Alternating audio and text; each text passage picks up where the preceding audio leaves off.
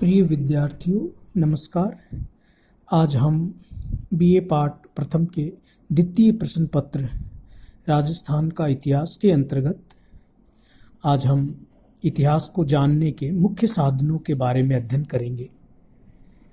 अध्ययन की सुविधा की दृष्टि से राजस्थान के इतिहास को जानने के मुख्य साधनों को हम मोटे तौर पर 5 भागों में बांट सकते हैं, जिसके अंतर्गत पुरातात्विक स्रोत, पुरालेखीय स्रोत, ऐतिहासिक साहित्य, स्थापत्य एवं चित्रकला एवं आधुनिक ऐतिहासिक ग्रंथों को ले सकते हैं।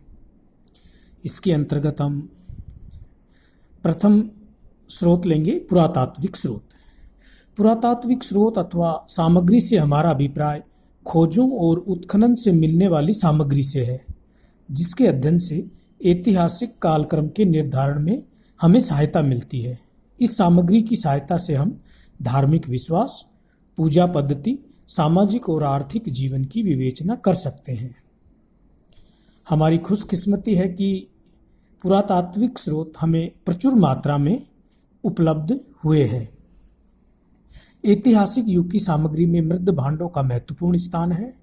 आहड़ के उत्खनन में मृद भांड से संबंधित सामग्री अत्यधिक मात्रा में मिली है। आहड़ का कुंभकार इस बात में निपुण दिखाई देता है कि बिना चित्रांकन के भी मिट्टी के बर्तन सुंदर बनाए जा सकते हैं। काटकर, छीलकर तथा उभारकर इन मृद भांडों को आकर्षक बनाया जाता था। इसी प्रकार बागोर के उत्खनन से प्राप्त मृद भांडों का रंग मटमैला है और वे कुछ मोटे और जल्दी टूटने वाले हैं। हनुमानगढ़ के निकट रंग महल की खुदाई से प्राप्त मृद भांड कुछ मोटे और खुरदरे हैं और इनमें दृढ़ता और चिकनापन तथा अलंकरण ज्यादा मात्रा में पाए गए हैं। यहाँ के मृद भांड की मुख्य विशेषता लाल व इनका गुलाबी रंग है। इनका समय ईसा पूर्व प्रथम शताब्दी से लेकर 5वीं-6वीं शताब्दी ईस्वी तक है। पुरातात्विक सामग्री में अन्य महत्वपूर्ण स्रोत है मरण मूर्तियां, जो बड़े महत्व की हैं। रंग महल के उत्खनन से प्राप्त मूर्तियों में एक मूर्ति शिष्य और शिक्षक की है। भिक्षु और भिक्षुणियों की मूर्तियां भी अपने ढंग की अनूठी हैं। यहाँ से मिलने वाली अन्य पकी हुई मिट्टी की स्त्री पुरुष, पक्षी तथा जानवरों की मूर्तियां गांधार शैली की जान पड़ती हैं। इसी प्रकार रेड में हाथ की बनी तथा ढाली गई पकाई गई मूर्तियां मिली हैं, जो मातृ देवी तथा मातृ शक्ति की परिचायक हैं।